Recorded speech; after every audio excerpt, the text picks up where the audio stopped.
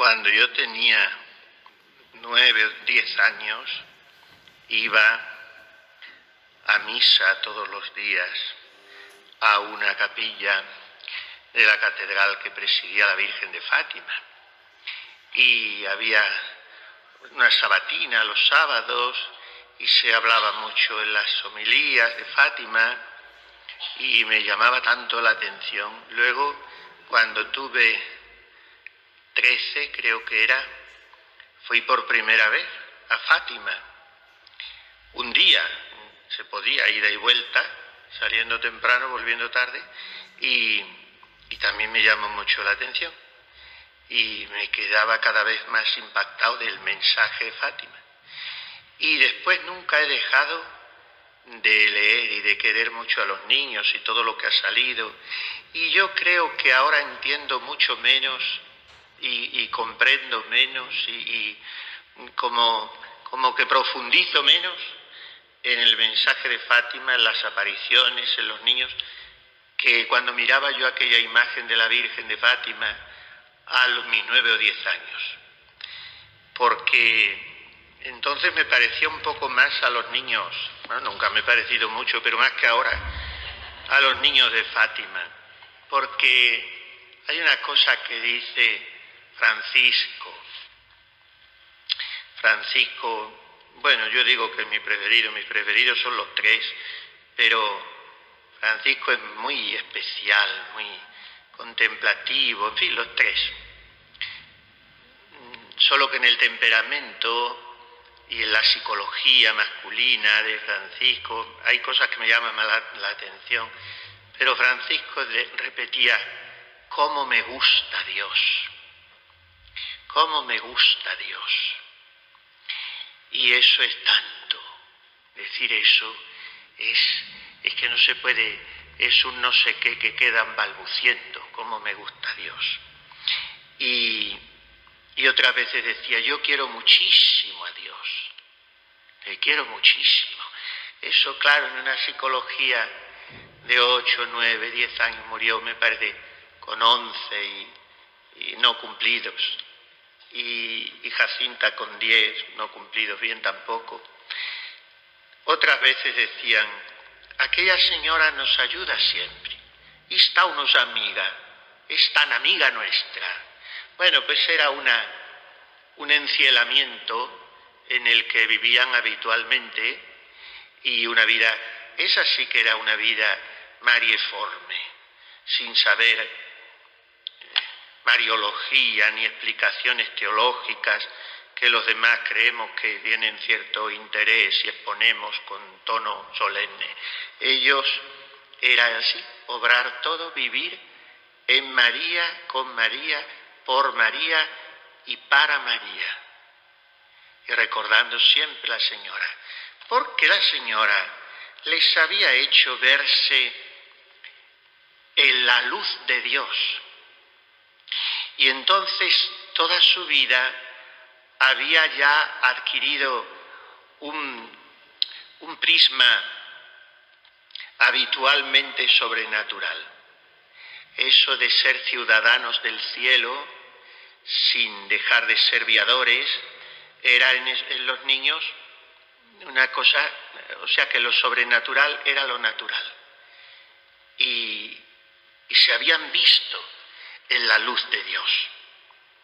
Esto lo dice, como todo, porque todo lo debemos a las memorias de Lucía, ¿no? Cuando empieza a hablar de las apariciones de Nuestra Señora. Es lo primero en que insiste. Vamos a ver un poco al principio, la impresión de las primeras apariciones. Lo primero que dice la Virgen, la primera palabra y la última de las apariciones, son impresionantes, porque la primera es un marchamo de revelación. Ya sabemos que esto es una revelación privada, pero ahora veremos cómo lo explica Ratzinger. ¿En qué sentido una revelación privada? puede y debe, y es oportuno, conveniente y provechoso que sea acogida, porque no completa, dirá él, pero explicita la revelación, la única revelación, es la Escritura y la tradición. Pues como para certificar la Reina del Cielo que su mensaje es una continuidad perfecta con el de su Hijo para nuestro tiempo, la carta de presentación que trae es la misma que trae Yahvé en todo el Antiguo Testamento y es la misma que trae Jesús en el Nuevo. Nolite timere, pax, no tengáis miedo.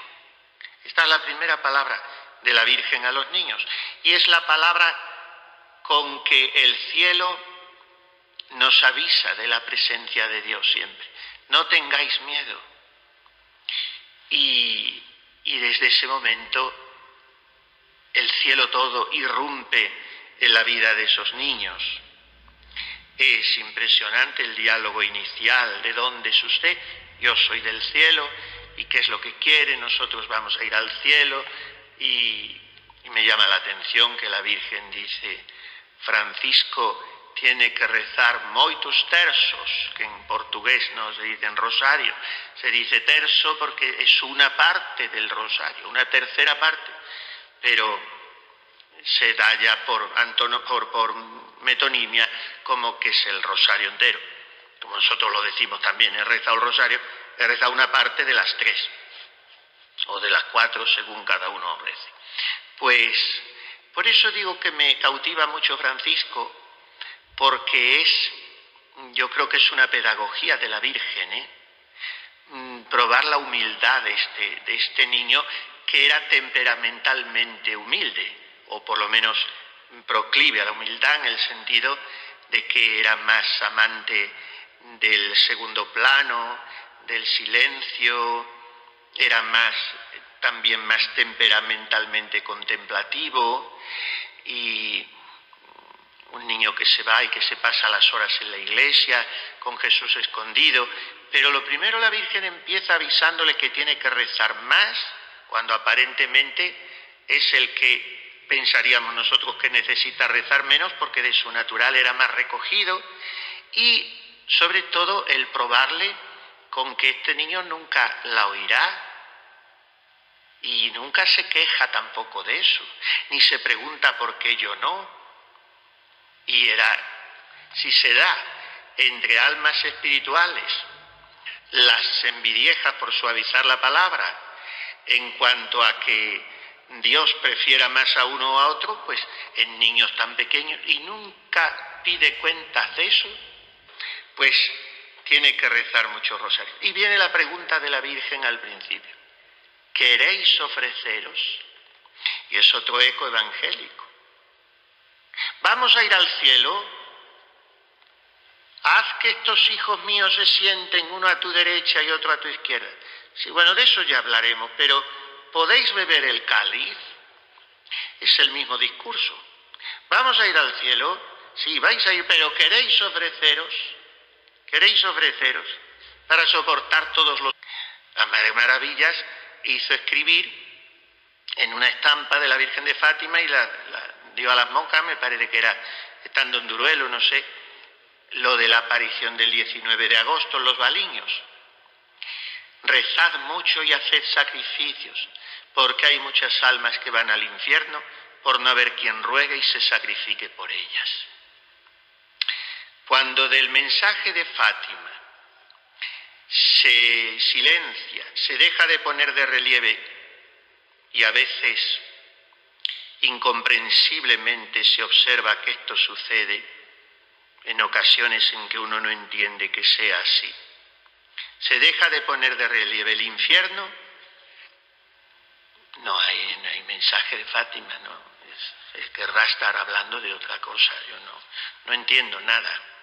Pero es que la Virgen lo hizo así, y a unos niños, que hoy eso repugna a cualquier sensibilidad bien pensante, porque hoy se pasa por todo, se legisla toda clase de crímenes y atrocidades morales y hasta físicas, pero como es un fariseísmo y una doble moral la que impera en este mundo dominado por el padre de la mentira, pues se escandalizan y se rasgan las vestiduras, como digo, farisaicamente.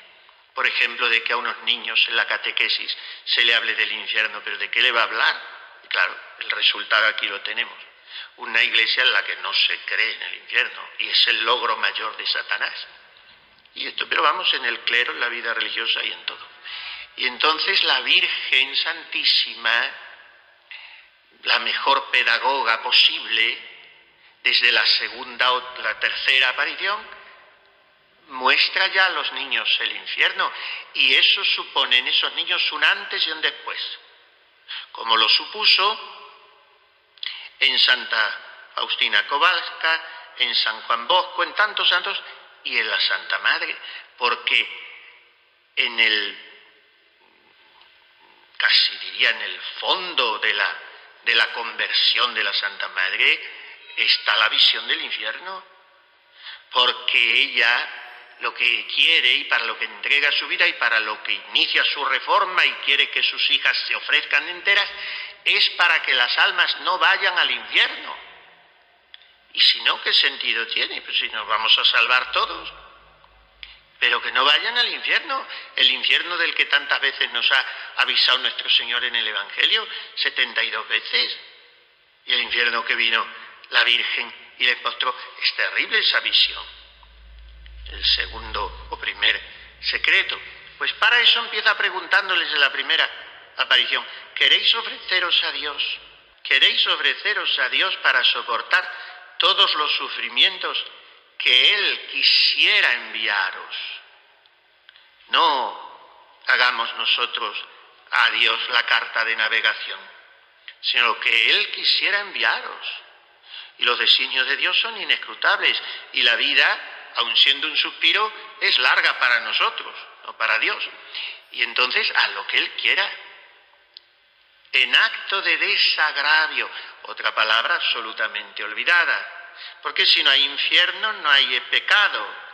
Si no hay pecado, la expiación, el desagravio, la reparación, no tienen sentido. Todos estos son logros de Satanás hoy en la Iglesia. El Papa Benedicto XVI, ahora hablaremos, lo dijo en su última visita a Fátima, el año 2010, la Iglesia tiene que reaprender la penitencia y la reparación. Ahí, con su delicadeza exquisita y su humildad, dijo el Papa cosas muy interesantes. En esa visita apostólica que quiso hacer en el año 2010, un año en el que también Satanás hizo su agosto, porque el Papa había declarado año sacerdotal y se desataron mundialmente y la prensa aireó y explotó los escándalos sacerdotales. El Papa sufrió muchísimo, lo dijo en la homilía de la misa con que se cerró el año sacerdotal, parece que lo estoy oyendo. Y en ese año quiso ir a Fátima y consagró a la Santísima Virgen a los sacerdotes, con un acto precioso de consagración al corazón de María, a los sacerdotes. Todo eso se le dio poco eco, como se le daba poco eco a tantas cosas grandes y buenas y santas que ha hecho el Papa Benedicto XVI. Pero, bueno, pues tuvo varias alocuciones, un par de días que estuvo, y son alocuciones que hay que saber leer con mucha penetración, porque como él es tan delicado, lo dice todo así, pero lo dice. Y pone de relieve muchas cosas muy importantes del mensaje de Fátima que desde entonces tengo la impresión de que no se han puesto. Pues queréis ofreceros, esto es lo que pide la Virgen. Y ahora vienen cosas absolutamente rupturistas con la mentalidad de hoy. Tendréis que sufrir mucho, le dice a los niños, pero la gracia de Dios será vuestra fortaleza. Y aquí quería llegar. Fue al pronunciar estas últimas palabras, dice Lucía en su última memoria, que escribió varias, fue al pronunciar estas palabras, la gracia de Dios será vuestra fortaleza, cuando abrió por primera vez las manos, comunicándonos una luz tan intensa como un reflejo que de ella se irradiaba, que nos penetraba en el pecho y en lo más íntimo del alma de la primera aparición, haciéndonos ver a nosotros mismos en Dios, que era esa luz, más claramente que nos vemos en el mejor de los espejos. Esto, percibirlo así, vivirlo así, niños de 7 años a 10, cuando esto es el fruto de la unión con Dios, verse a sí mismo en Dios, es no percibirme desde mi realidad contingente, limitada, pecadora, sino percibirme como la caricia con que Dios me ha acariciado y que me tiene escrito en su pecho, tatuado en las palmas de sus manos, y así se ven los niños, y de aquí ya brota todo. De aquí brota todo. Porque si no, por mucho que la Virgen les hubiera dicho vais a ir al cielo y queréis ofreceros, pero la gracia de Dios será vuestra fortaleza. Eso nosotros lo sabemos y lo creemos, pero hay que tocarlo. Y estos niños a partir de ese momento ya estaban tan ciertos porque se habían visto a sí mismos en Dios, en la luz que la Virgen les había concedido. Por eso la misión de la Virgen en nuestra vida espiritual es tan imprescindible, tan única y tan poderosísima, porque es la que hace eso. Esto es la representación de la Virgen milagrosa, con las manos extendidas y los rayos saliendo de ellas. Son rayos de gracias que derrama, porque eran de anillos que tenían las manos, según veía Santa Catalina Labouré, y todo esto son simbologías de las visiones imaginarias, que es lo que son todo esto. Ratzinger lo explica muy bien, claro, esto hay que saberlo decir y dónde y cuándo y cómo se dice, porque la gente es muy simplista, pero que las apariciones, y no saben teología ni tienen por qué saberla, y más vale que no la sepan muchas veces, pero que las apariciones, decimos apariciones, bueno, pues apariciones, bien, se ha inventado esa palabra, pero bien, pero no son apariciones, son visiones no corporales, ni intelectuales, porque tienen muchas imágenes que los niños perciben, son visiones imaginarias, que son como muchas de las que tuvo la Santa Madre. Y es una realidad suprasensible más real que la sensible. O sea que no se le quita nada al verismo, a la objetividad, a la realidad de esa presencia celestial, el hecho de que no sea allí una empíricamente constatable físicamente hablando, sino que es una realidad más que nos vemos a nosotros con los ojos de la carne, y además la prueba está en los efectos. Como decía la Santa Madre, aquellos letrados que la instigaban y la agobiaban en una suerte ya de tiranía, dice ella, que le dijo nuestro Señor, mira, diles ya que es tiranía esto. Pues que le decía, claro, si yo estuviera con una persona en una habitación, a oscuras, o estuvieran en la habitación y salieran y me dijeran vuestras mercedes que no había estado con esa persona, pues bueno, pues yo les creería que había sido una ilusión mía.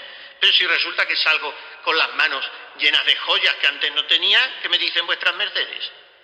Y donde no era humilde lo soy, donde no era mortificado lo soy, y así. Pues los niños igual. Y salen llenos de joyas, que son el después de haberse visto a sí mismos en la luz de Dios. Y luego viene las peticiones del rosario y la aparición del 13 de junio. Vuelve la Virgen, es esa confirmación a Lucía que tantas veces nosotros nos descansamos también en ella, ¿no? Y nos recordamos, nos repetimos. Sufres mucho, no te desanimes. Yo nunca te dejaré. Todos son ecos evangélicos. No os dejaré solos. Estaré con vosotros todos los días hasta la consumación de los siglos. Cada palabra de la Virgen se puede leer con un eco de la de su Hijo detrás, una música de fondo. Nunca te dejaré. Mi inmaculado corazón será tu refugio y el camino que te conducirá a Dios. Cuando dijo estas palabras, abrió las manos y nos comunicó por segunda vez el reflejo de esa luz inmensa. En ella nos veíamos como sumergidos en Dios. O sea que lo que la Virgen viene a hacer con cada uno de nosotros, con aparición o sin aparición, o con locuciones, o con encinas, o en la soledad de la celda, o en un sueño, o como ella quiera, es meternos en la luz de Dios. Porque esa es la misión de María, es remitirnos a Dios, haced lo que Él os diga. Y nos repite ella como la Santa Madre, no os pido más de que le miréis. Y al mirar a Dios nos vemos a nosotros mismos en Dios.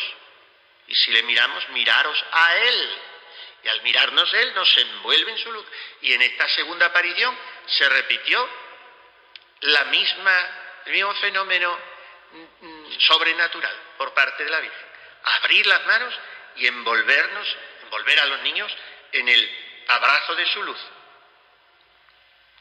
Primero ella se anunciaba con un pequeño fogonazo de luz que parecía un rayo, como si fuera a empezar una tormenta, pero era como un pequeño prólogo, anuncio de que es la Señora de la Luz.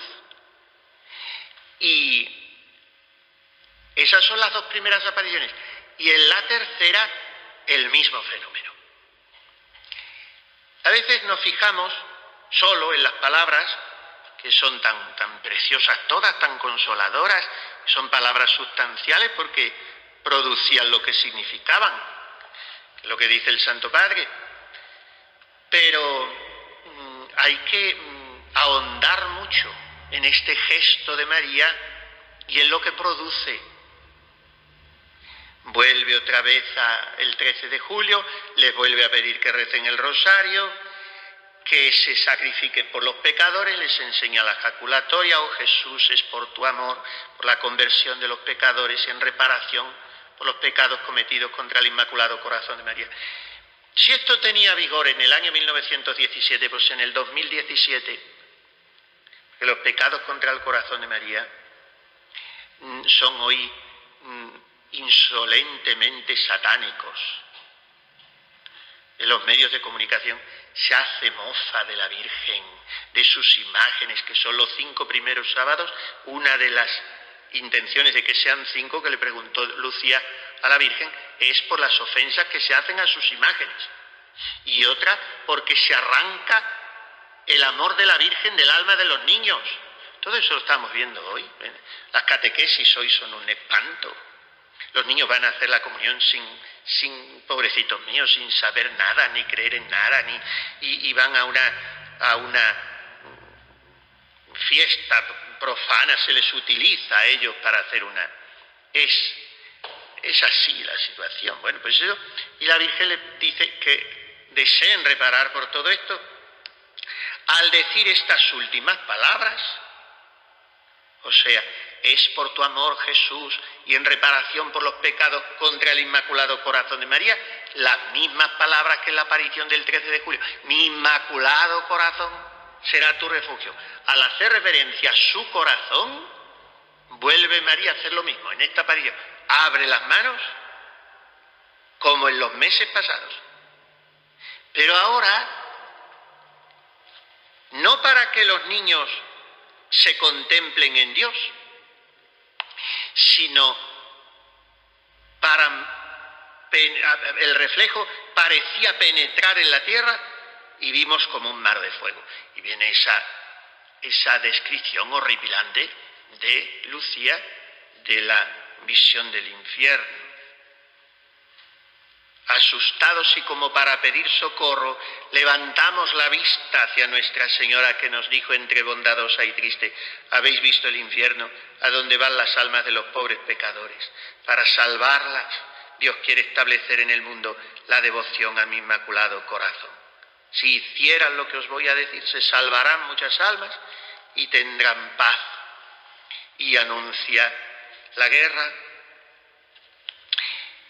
que va a acabar, anuncia que si no se deja de ofender a Dios, vendrá otro peor, y que Dios, nuestro Señor, castigará al mundo por sus crímenes.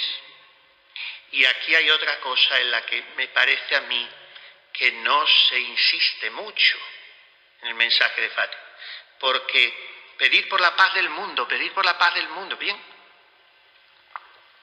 porque si los hombres no se convierten, que no nos convertimos, vendrán guerras peores y el Señor nos castigará. Es otra cosa de la que no se puede hablar hoy, de que Dios castiga. Una vez un sacerdote muy bueno, pero buenísimo, y de oración, pero ¿cómo puedes decir el castigo de Dios? Digo, pero chico, es que no has leído la Biblia, no entiendo. Pues y además, si fueras padre, tú castigarías a tu hijo cuando se porta mal para educarlo y que se porte bien, que escarmiente, y le castigas porque le amas. A los que yo amo los reprendo y corrijo, dice el Señor, ¿no? Bueno, tenemos un desnortamiento y, bueno, pues los castigos son, dice la Santísima Virgen, por medio de la guerra, del hambre y de persecuciones a la Iglesia y al Santo Padre. O sea que cuando vemos esta crisis de la Iglesia gravísima, que casi nadie se atreve a decirlo, pero es gravísima, y asistimos por primera vez en la historia, un Papa de los más grandes de la historia, en todos los sentidos, que renuncia. ¿Aquí qué pasa? Miren, no pasa nada. Estamos en la primavera de la Iglesia. ¿Pero qué primavera? Los seminarios vacíos, los conventos van a desaparecer, la mayoría, no hay vocaciones, no se predica la doctrina católica, no se llama al orden a nadie que profiere herejías, barbaridades. Esta primavera yo no la comprendo. Yo estoy muy feliz, sonrío, soy feliz, tenemos a Jesús, tenemos la misa, que si nos la quitan nos matan, tenemos la misa. Pero contra la misma misa y la Eucaristía hay muchos atentados intraeclesiales. Entonces, ¿qué pasa? Que los hombres no nos hemos convertido, los curas y monjas no nos convertimos y Dios nos castiga por medio de persecuciones a la Iglesia. No dice más, persecuciones a la Iglesia que pueden ser y lo son desde dentro de la misma Iglesia, como también dijo Benedicto XVI en su visita apostólica a Fátima en el año 2010, donde tiene cosas muy interesantes, repito ahí, muy interesantes, que después ya nos han dicho.